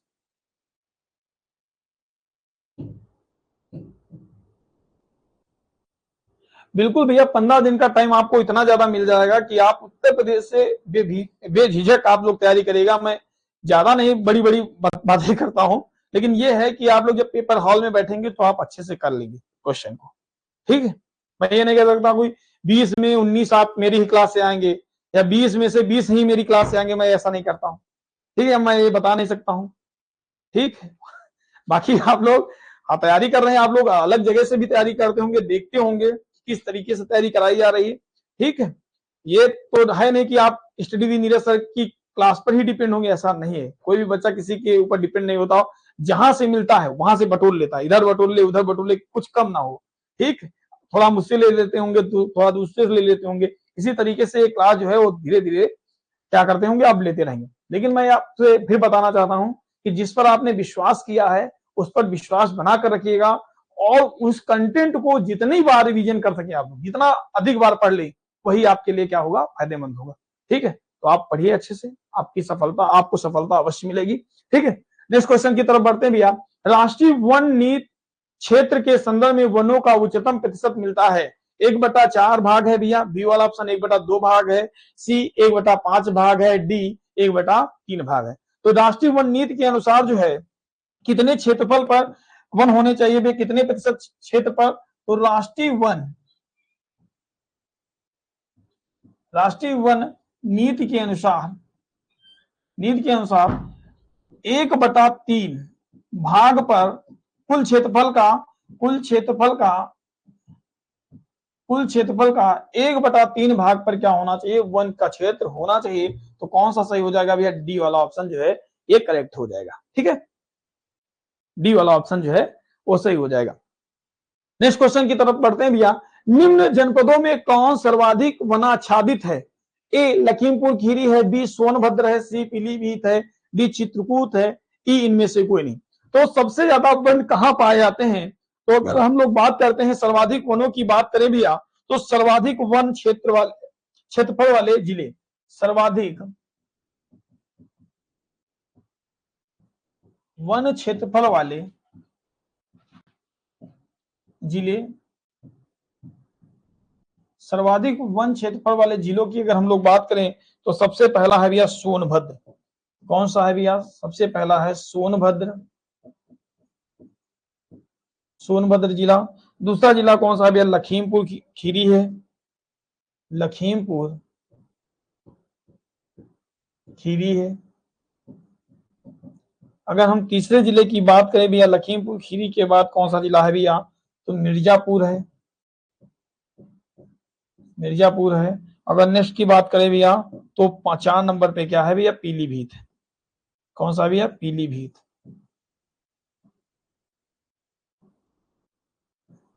पीलीभीत, पीलीभीत है। अगर हम लोग बात करते हैं भैया सर्वाधिक वन, तो सर्वाधिक वन क्षेत्रफल वाला जिला कौन सा भैया? सोनभद्र है। कितने वर्ग किलोमीटर पे भैया? तो 2540.20 वर्ग किलोमीटर, वर्ग किलोमीटर क्षेत्रफल में क्या है भैया? वन है। कहां पर है भैया? तो सोनभद्र में। कहां पर स्थित है भैया? सोनभद्र।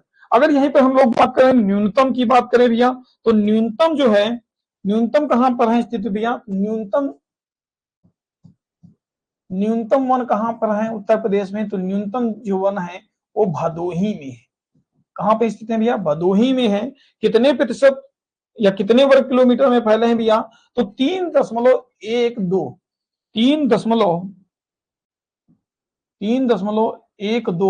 वर्ग किलोमीटर क्षेत्रफल में फैले हुए हैं। तो सबसे अधिक वन कहां पाए गए?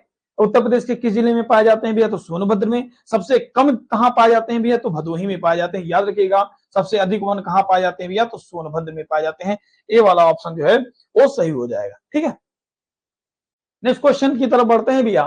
कह रहा है कत्था किस पेड़ से बनाया जाता है? ए खैर के, बी तेंदू से, सी बेंत, डी गुलेर, ई इनमें से कोई नहीं।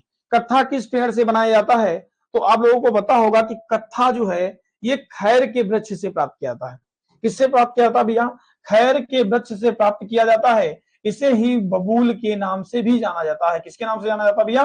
बबूल के नाम से भी जाना जाता है। और तेंदू के पत्ते से किसका निर्माण किया जाता है? तो बीड़ी, बीड़ी यानी जो धूम्रपान है, बीड़ी बनाई जाती है। क्या बनाई जाती है भैया? बीड़ी बनाई जाती है या बीड़ी बनाई जाती है। 207 स्टार, ठीक, ये सारी बीड़ी जो है ये तेंदू के पत्ते से बनाई जाती है। ठीक, बड़ा स्टार, छोटा स्टार, बीड़ी, पता नहीं कौन कौन सी बीड़ी आती है भैया। ठीक है, और खैर जो है, ये खैर जो है, ये जो कत्था है भैया किस पेड़ से प्राप्त होता है भैया? तो खैर के वृक्ष से प्राप्त होता है। आगे चलते हैं भैया। फिर है राष्ट्रीय उद्यान एवं वन्य जीव अभियान पर आते हैं। निम्नलिखित में से कौन सा रामसर स्थल उत्तर प्रदेश में स्थित नहीं है? आप लोगों को बताना है कि ए सुर सरोवर, बी समसपुर पक्षी अभ्यारण्य, सी सरसई नावर झील, डी सुनिंसर मानसर झीले, या इनमें से कोई नहीं। तो अगर हम लोग बात करते हैं रामसर स्थल की बात करें तो उत्तर प्रदेश में कुल कितने रामसर स्थल हैं? तो उत्तर प्रदेश में कुल रामसर स्थलों की जो संख्या है, आप लोगों को पता भी होगा कि कुल कितने हैं भैया? वर्तमान में कुल 10 है। कुल कितने हैं भैया? 10 है। देश में कुल कितने रामसर स्थल हैं भैया? तो 89 है, यानी 89 है। तो यहां पर हम रामसर स्थलों की अगर बात करें भैया तो सबसे पहला रामसर स्थल कौन सा था भैया? ऊपरी गंगा नदी स्थल। कौन सा था भैया? पहला था ऊपरी गंगा नदी स्थल, ऊपरी गंगा नदी स्थल। ये कहां से फैला हुआ है भैया? तो ये ब्रजघाट से लेकर नरौरा तक फैला हुआ है। कहां तक फैला हुआ है? नरौरा तक फैला हुआ है, यानी ये बुलंदशहर में, बुलंदशहर में है। और उत्तर प्रदेश का पहला जो रामसर स्थल है कौन सा है भैया? ये उत्तर प्रदेश का पहला रामसर स्थल है। उत्तर प्रदेश का प्रथम रामसर स्थल है, प्रथम रामसर स्थल है उत्तर प्रदेश का भैया। क्या है भैया? प्रथम रामसर स्थल है। कब घोषित किया गया बच्चा? तो इसे घोषित किया गया 2005 में। कब घोषित किया गया भैया? तो 2005 में इसकी घोषणा की गई। अगर हम लोग बात करते हैं 10 रामसर स्थलों में, अगर हम लोग बात करते हैं भैया तो नवाबगंज पश्चिम बिहार। दूसरा कौन सा भैया? नवाबगंज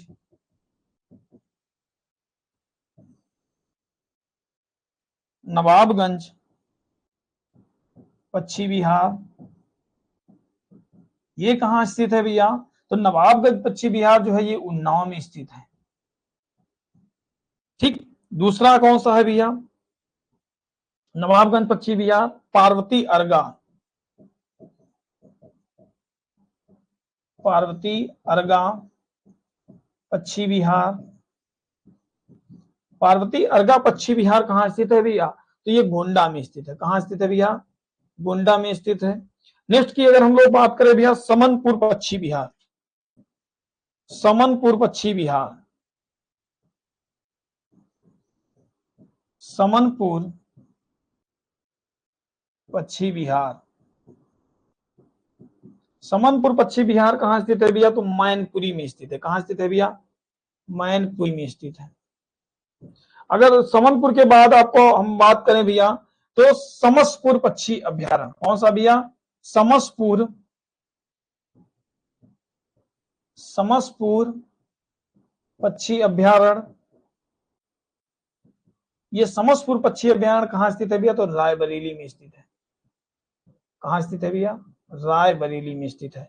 समसपुर के बाद अगर हम लोग बात करें भैया, सरसई नावर, ये सरसई नावर कहां स्थित है भैया? तो सरसई नावर जो है, ये सरसई नावर जो है इटावा में स्थित है। कहां स्थित है भैया? इटावा में स्थित है। ये कौन से नंबर का हो जाएगा भैया? 6 नंबर का।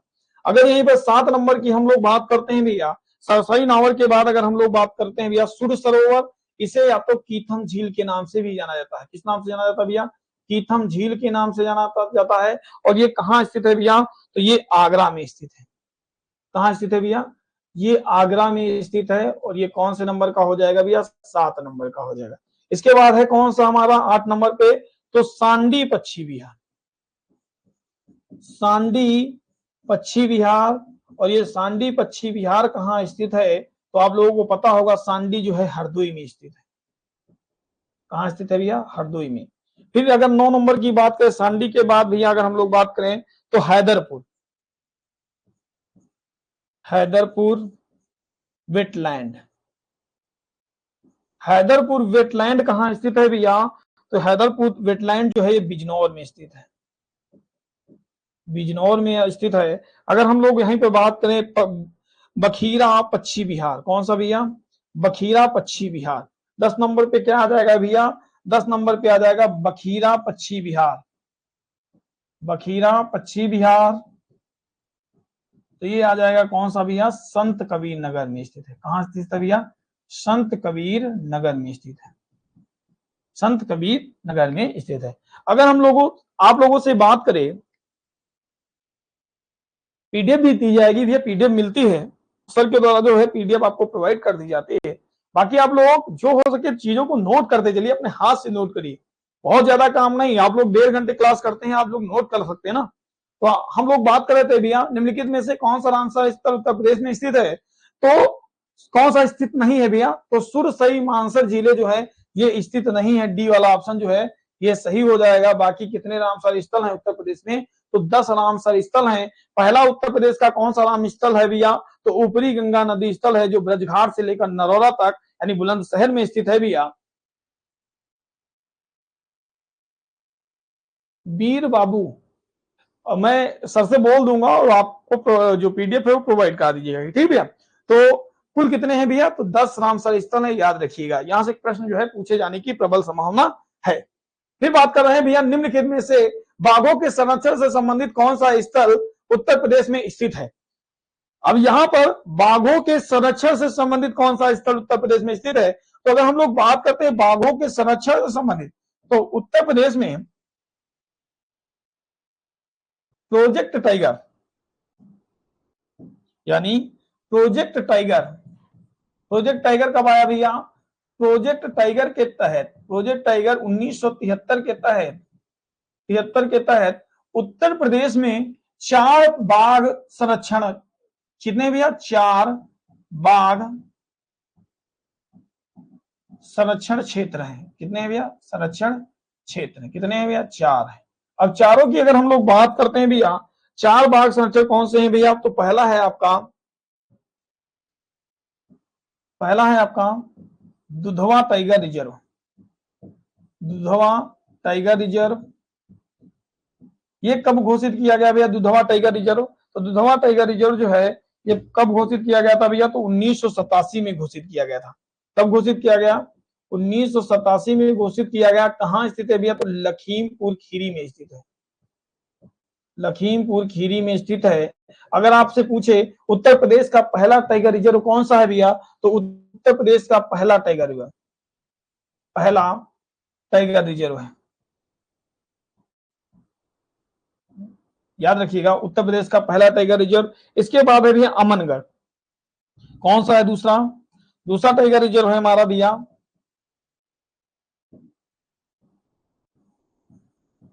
Amangarh tiger reserve. Amangarh tiger reserve ये कहाँ स्थित है? इसको इसकी कब घोषणा की गई भैया? तो 2012 में इसकी घोषणा की गई। कब की गई भैया? 2012 में इसकी घोषणा की गई। कहाँ स्थित है भैया? तो बिजनौर में स्थित है। बिजनौर में स्थित है। इसके बाद है नेक्स्ट हमारा भैया कौन सा है? Pilibhit tiger reserve. कौन सा है नंबर 3 पे? Pilibhit tiger reserve. Pilibhit tiger reserve ये कहाँ स्थित है भैया? तो पीलीभीत टाइगर रिजर्व की अगर हम लोग बात करें, इसकी घोषणा कब की गई? तो इसकी घोषणा 2014 में की गई। कब की गई? 2014 में। ये कहाँ स्थित है भैया? तो पीलीभीत में स्थित है। इसके बाद है भैया रानीपुर टाइगर रिजर्व। कौन सा है भैया? नंबर 4 पे कौन सा आ जाएगा भैया? Ranipur tiger reserve.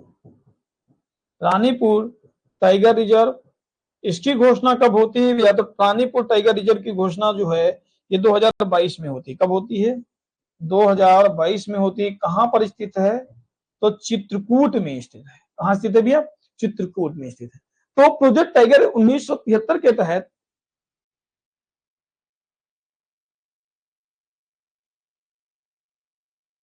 IM new state, अभी बाद में बात करेंगे आप लोगों से, ठीक है भैया? तो आप लोग बताइएगा भैया, हम लोग बात कर रहे थे प्रोजेक्ट टाइगर 1973 के तहत 4 बाघ संरक्षण क्षेत्र उत्तर प्रदेश में घोषित किए गए हैं। पहला कौन सा है भैया? दुधवा टाइगर रिजर्व क्षेत्र है जो 1987 में घोषित किया गया था।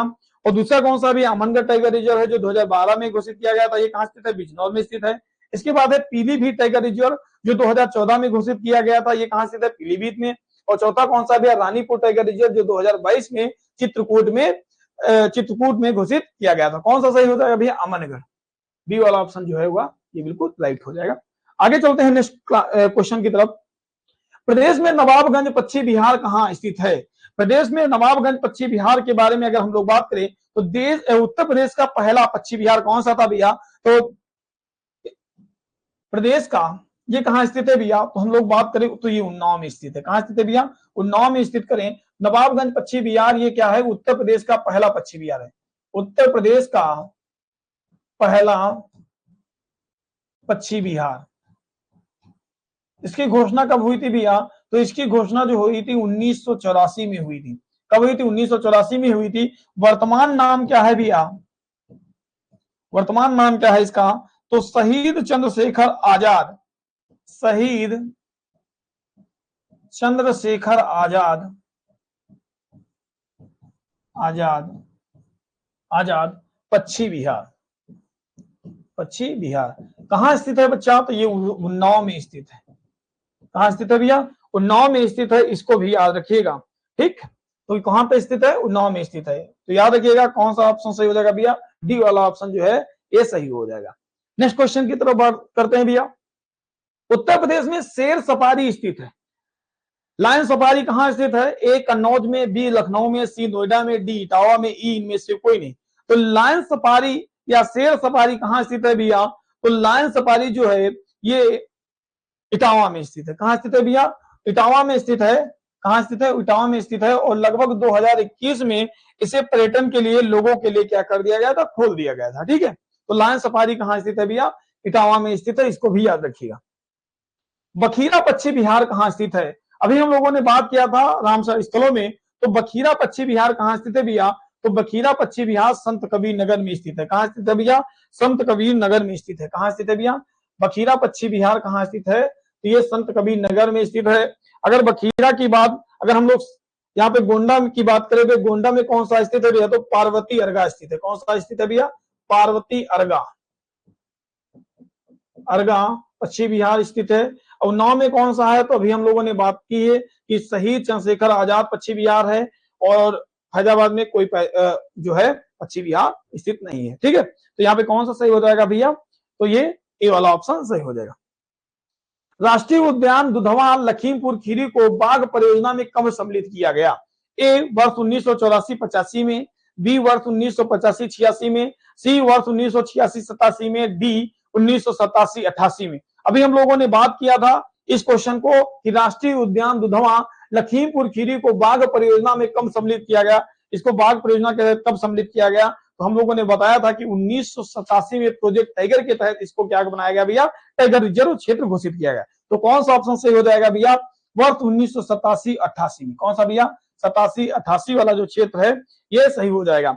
आगे की तरफ बात करते हैं भैया, यहीं पर एक बात और दुधवा के बारे में हम लोग देख लेते हैं भैया। प्रदेश का पहला टाइगर, और यहाँ पर दुधवा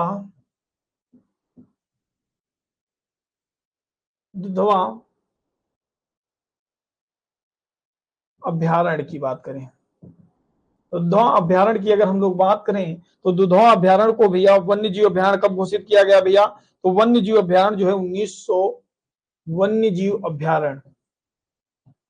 जीव अभ्यारण्य कब घोषित किया गया भैया, तो इसे वन्य जीव अभ्यारण्य घोषित किया गया भैया 1968 में घोषित किया गया। कब घोषित किया गया भैया, 1968 में घोषित किया गया। राष्ट्रीय उद्यान कब इसे घोषित किया गया, अगर हम लोग बात करें दुधवा को राष्ट्रीय उद्यान कब घोषित किया गया, तो राष्ट्रीय उद्यान कब घोषित किया गया, तो आप लोगों को पता होगा कि राष्ट्रीय उद्यान जो है 1977 में घोषित किया गया। कब घोषित किया गया भैया, 1977 में दुधवा को क्या बनाया गया भैया, राष्ट्रीय उद्यान बनाया गया। वन्य जीव अभ्यारण्य कब बनाया गया, 1968 में बनाया गया। दुधवा को बाघ परियोजना के तहत इसे कब सम्मिलित किया गया, संरक्षण के लिए, बाघों के संरक्षण के लिए कब घोषित किया गया, तो 1987 में घोषित किया गया। इसको भी याद रखेंगे, ठीक है। नेक्स्ट की बात करते हैं, नेक्स्ट क्वेश्चन की तरफ बढ़ते हैं। उत्तर प्रदेश का सर्वाधिक विस्तृत पश्चिमी बिहार कौन सा है? समान पश्चिमी बिहार है, नवाबगंज पश्चिमी बिहार है, लाख बहोसी पश्चिमी बिहार है, सांडी पश्चिमी बिहार। सांडी पश्चिमी बिहार जो है हरदोई में स्थित है। लाख बहोसी पश्चिमी बिहार है, लाख बहोसी पश्चिमी बिहार कहाँ स्थित है, इसके बाद बारे में आपको बताना है।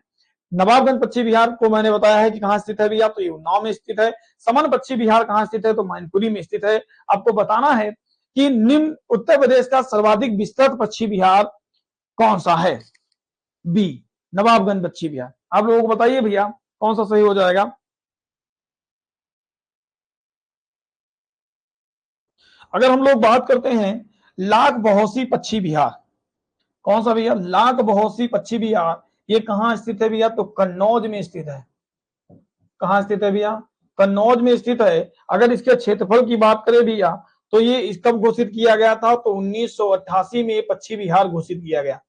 पश्चिमी बिहार घोषित किया गया, कब घोषित किया गया, 1988 में। अगर हम क्षेत्रफल की बात करें, तो इसका क्षेत्रफल जो है ये कितना है भैया, क्षेत्रफल की बात करें तो 80.23 वर्ग किलोमीटर का क्षेत्रफल है।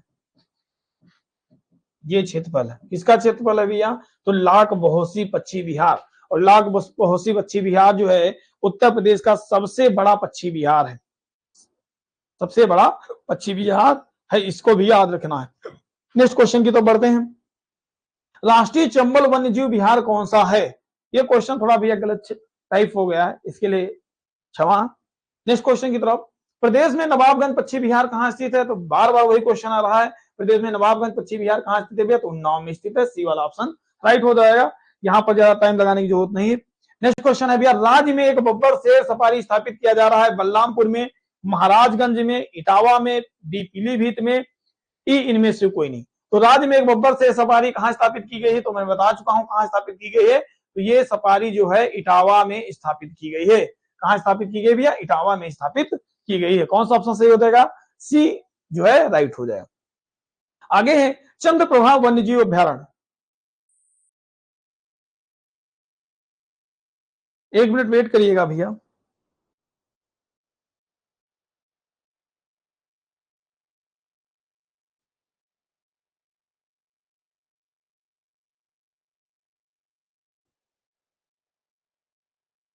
एक मिनट वेट करिएगा भैया।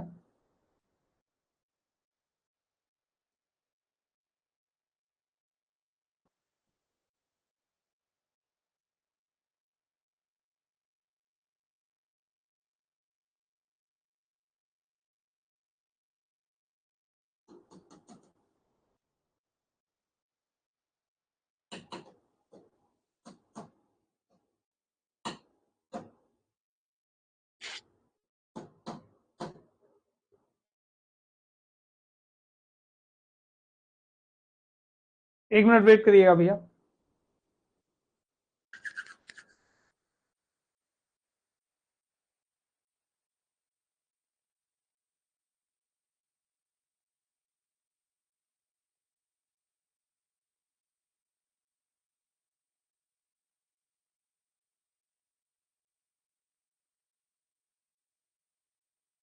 तो हम लोग बात कर रहे थे चंद्रप्रभा वन्यजीव अभ्यारण्य के बारे में।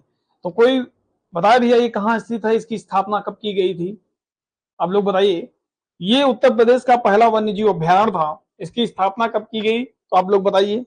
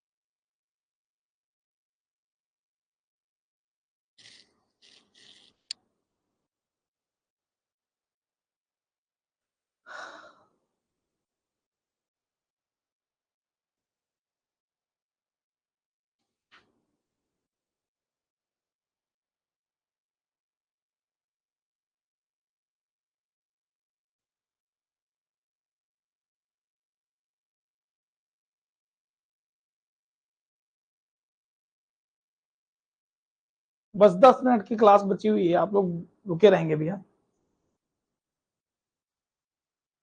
ठीक है? मात्र 10 मिनट की क्लास, आप लोग बने रहिएगा क्लास के साथ।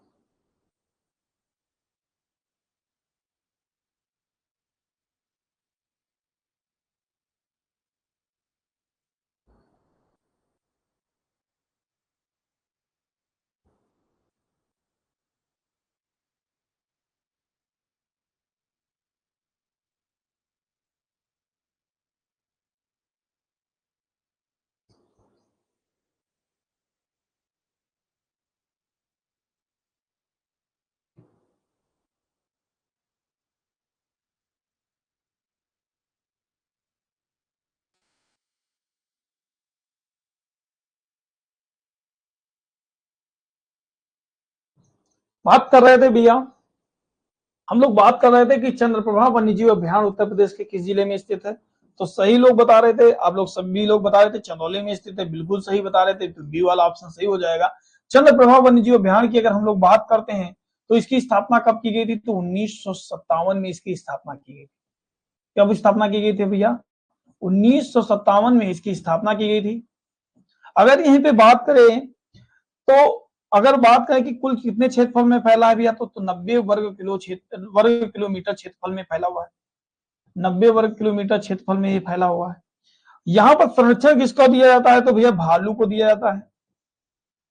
भालू, हिरण, चिंकारा को जो है यहाँ पे क्या प्रदान किया जाता है भैया? संरक्षण प्रदान किया जाता है। क्या प्रदान किया जाता है भैया? संरक्षण प्रदान किया जाता है। और ये उत्तर प्रदेश का पहला वन्यजीव अभ्यारण्य है। वन्यजीव अभ्यारण्य है, ये भी याद रखना है। कौन सा अभ्यारण्य है भैया? तो यूपी का पहला या उत्तर प्रदेश का पहला वन्यजीव अभ्यारण्य कौन सा है भैया? तो चंद्रप्रभा वन्यजीव अभ्यारण्य है, जो चंदौली में स्थित है।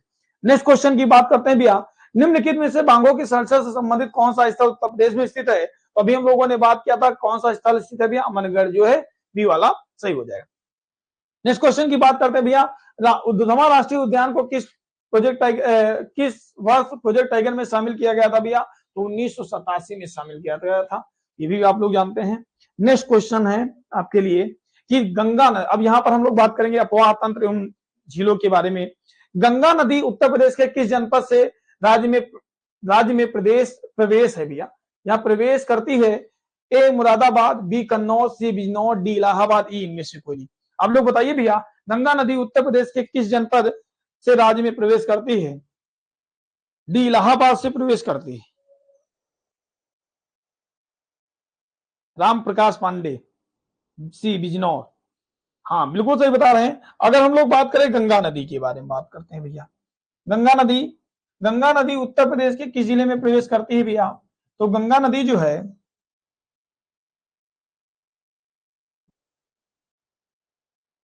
गंगा नदी की अगर हम लोग बात करें तो गंगा नदी जो है उत्तर प्रदेश के बिजनौर में प्रवेश करती है। बिजनौर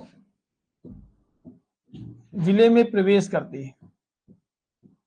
करती है और बाहर कहां किस जिले से निकलती है भैया, तो बलिया जिले से बाहर निकलती है, निकलती है। ये बात हुई। नेक्स्ट बात है कि गंगा नदी जो है उत्तर प्रदेश के कितने जिलों में बहती है, भैया, तो उत्तर प्रदेश के 28 जिलों में प्रवाहित होती है। कितने जिलों में प्रवाहित होती है भैया, तो 28 जिलों में प्रवाहित होती है। गंगा की कुल लंबाई अगर हम लोग बात करें, कुल लंबाई कितनी है भैया, तो 2525 किलोमीटर है। उत्तर प्रदेश में कितनी गंगा जो है कितने किलोमीटर बहती है भैया, तो 1450 किलोमीटर जो है गंगा प्रवाहित होती है। कहां भैया, तो उत्तर प्रदेश में प्रवाहित होती है। अगर हम लोग बात करें कि गंगा को राष्ट्रीय नदी कब घोषित किया गया, तो गंगा नदी को राष्ट्रीय नदी कब घोषित किया गया, तो राष्ट्रीय नदी 2008 में घोषित किया गया। कब घोषित किया गया बच्चा, तो 2008 में घोषित किया गया। अगर हम लोग यहां पर बात करें भैया कि गंगा जो है, गंगा गंगा में एक बहुत प्रमुख शहर है, ये पूछा भी जाता है कि कानपुर जो शहर है, कानपुर शहर ये गंगा के किस तट पर स्थित है भैया, तो कानपुर जो शहर है ये दाएं तट पर स्थित है। किस तट पर स्थित है भैया, तो ये दाएं तट पर स्थित है, दाएं तट पर। और जो बनारस शहर है भैया, बनारस शहर ये किस तट पर स्थित है भैया, तो ये बाएं तट पर स्थित है। ये भी पॉइंट याद रखिएगा, ठीक। और गंगा जो है ये सबसे लंबी नदी है, देश की सबसे लंबी नदी कौन सी है भैया, तो गंगा नदी है, ठीक, बिल्कुल सही बता रहे हैं। 28 जिलों में है भैया, ठीक। ये जो आप बता रहे हैं महेंद्र वर्मा, ये आपने, हमको लग रहा है कि उससे सर्च किया है आपने मोबाइल से। 29 जिले उसी में बताता है ना, ठीक। आगे की तरफ बढ़ते हैं भैया। तो कौन सा शहर है गंगा नदी उत्तर प्रदेश की जनपद राज्य में प्रवेश करती है भैया, तो सी बिजनौर, ठीक है। नेक्स्ट क्वेश्चन की तरफ बढ़ते हैं। गंगा कार्य योजना के लिए केंद्रीय गंगा प्राधिकरण कब स्थापित किया गया, ए 1984, बी 1985, सी 1986, डी 1987। आपको बताना है इसमें से कौन सा सही हो जाएगा, ए बी सी या डी, कौन सा ऑप्शन सही हो जाएगा। अगर हम लोग बात करते हैं भैया, तो अगर गंगा कार्य योजना के लिए केंद्रीय गंगा प्राधिकरण की स्थापना, तो केंद्रीय गंगा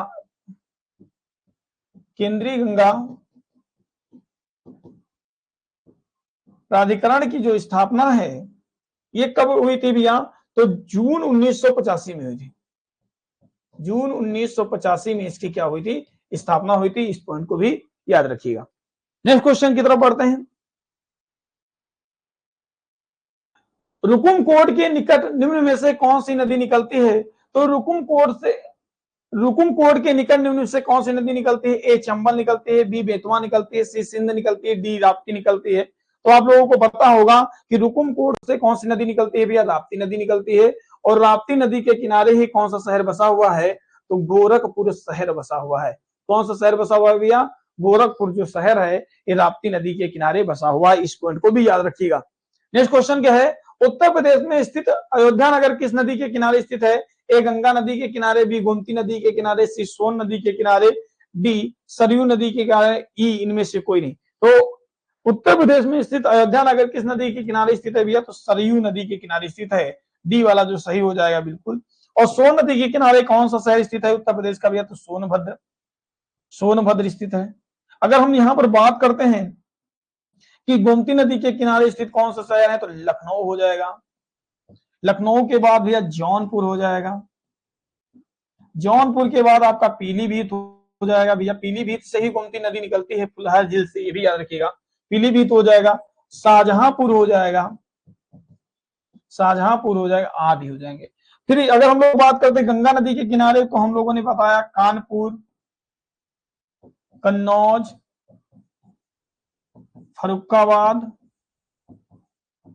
फरुखाबाद, बनारस आदि जो हैं ये शहर जो है किसके किनारे बसे हुए हैं, ये गंगा नदी के किनारे बसे हुए हैं। ठीक है, सरयू ये बिल्कुल सही हो जाएगा। नेक्स्ट क्वेश्चन की तरफ बढ़ते हैं। रामगंगा नदी, रामगंगा नदी उत्तर प्रदेश के किस जनपद से राज्य में प्रवेश करती है? ए मुरादाबाद, बी बिजनौर, सी कन्नौज, डी फतेहपुर, ई इनमें से कोई नहीं। तो रामगंगा नदी उत्तर प्रदेश के किस जनपद में प्रवेश करती है? तो अगर हम लोग बात करें रामगंगा नदी की भैया, तो रामगंगा जो नदी है ये बिजनौर से प्रवेश करती है। कहां से प्रवेश करती है भैया? रामगंगा नदी जो है ये बिजनौर से प्रवेश करती है और कन्नौज में, कहां भैया? कन्नौज में ये कहां मिल जाती है भैया? तो गंगा नदी में मिल जाती है। कहां मिल जाती है? गंगा नदी में मिल जाती है। ये भी पॉइंट याद रखिएगा।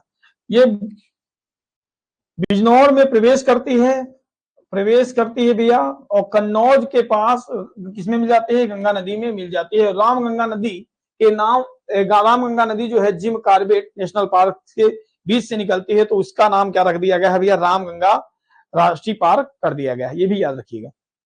ठीक, आगे जो है नेक्स्ट क्वेश्चन है भैया, कौन सा जनपद राप्ती नदी के किनारे स्थित है? तो अभी हम लोगों ने बताया कि राप्ती नदी के किनारे कौन सा शहर स्थित है भैया? तो गोरखपुर जो है राप्ती नदी के किनारे स्थित है। सी वाला ऑप्शन जो है सही हो जाएगा। काली नदी उत्तर प्रदेश के किस जनपद से राज्य में प्रवेश करती है? कन्नौज, बी फैजाबाद, सी पीलीभीत, डी लखनऊ, ई इनमें से कोई नहीं। तो आप लोगों को बताना है 97 का कि काली नदी उत्तर प्रदेश के किस जनपद में राज्य में प्रवेश करती है भैया? तो अगर हम लोग बात करते हैं काली नदी जो है उत्तर प्रदेश के पीलीभीत जिले में उत्तर प्रदेश में प्रवेश करती है। और ये जो है काली नदी को ही शारदा नदी के नाम से जाना जाता है। किस नदी के नाम से जाना जाता है भैया? शारदा नदी के नाम से जाना जाता है। और ये कहां पर मिलते हैं? तो बहराम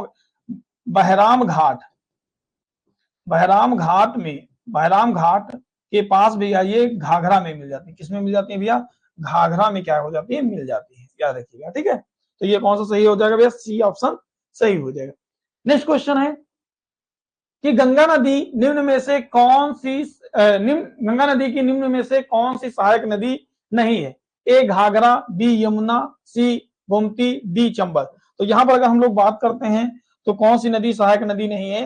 तो हम लोग बात करें चंबल नदी। कौन सी? चंबल किसकी सहायक नदी है भैया? तो यमुना नदी की सहायक नदी है। किसकी सहायक नदी है भैया?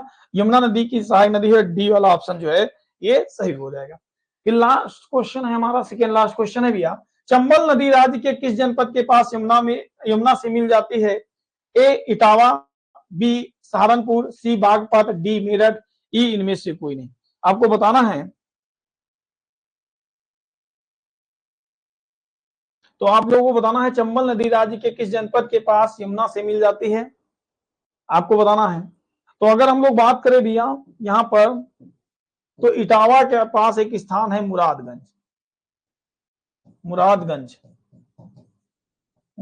के पास जो है चंबल नदी किसमें मिल जाती है भैया? चंबल नदी यमुना में मिल जाती है। किसमें मिल जाती है भैया? यमुना में क्या है? मिल जाती है। ठीक, लास्ट क्वेश्चन है, इसका आंसर करिए। निम्नलिखित में से कौन सा युग्म सम्मिलित नहीं है? बिटूर नगर गंगा, गोरखपुर राप्ती, जौनपुर सई नदी, डी कौशाम्बी, यमुना नदी, ई इनमें से कोई नहीं।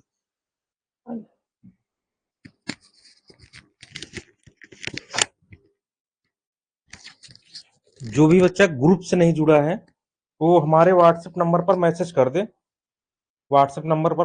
दे, अपना नाम डाल दे। ठीक है,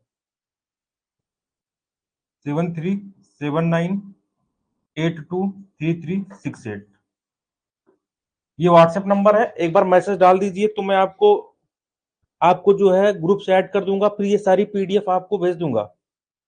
ठीक है, एक बार फिर से सारी पीडीएफ भेज दूंगा तो जो लोग नहीं जुड़े हैं उनको भी मिल जाएंगी। ठीक है, जौनपुर गलत बोल रहे हैं। ठीक है, ठीक है, बात कर रहे थे हम लोग, किसकी बात कर रहे थे? तो हम लोग बात कर रहे थे कि निम्नलिखित में से कौन सा युग्म सम्मिलित नहीं है। तो बिटूर नगर जो है गंगा नदी के किनारे स्थित है भैया। गोरखपुर जो है ये राप्ती नदी के किनारे स्थित है। कौशाम्बी जो है यमुना नदी के किनारे स्थित है। लेकिन जौनपुर जो शहर है ये किस नदी के किनारे स्थित है? जौनपुर की अगर हम लोग बात करते हैं तो जौनपुर जो है ये गोमती नदी के किनारे स्थित है। किस नदी के किनारे स्थित है भैया? गोमती नदी के किनारे स्थित है। अगर यहीं पर आपसे बात करें कि साई नदी के किनारे कौन सा शहर बसा है, तो साई नदी के किनारे जो है हरदोई शहर बसा है। कौन सा शहर बसा है? हरदोई शहर बसा है। इस सई नदी में आज भी पानी नहीं है। ठीक है भैया, जो हरदोई के रहने वाले होंगे वो लोग जानते होंगे। ठीक है, तो आज ये प्रश्नों की श्रृंखला रही है, लगभग 50 प्रश्नों को हम लोगों ने हल किया है, टॉपिक वाइज पढ़ा है। आप लोगों को अगर क्लास पसंद आई है तो लोगों को बताइए कि क्लास चल रही है और सर के माध्यम से जो भी सुविधाएं आपको प्रोवाइड की जा रही है इसका लाभ लीजिए और अपनी तैयारी को नया आयाम दीजिए। बाकी फिर मिलते हैं नेक्स्ट क्लास में, तब तक के लिए धन्यवाद।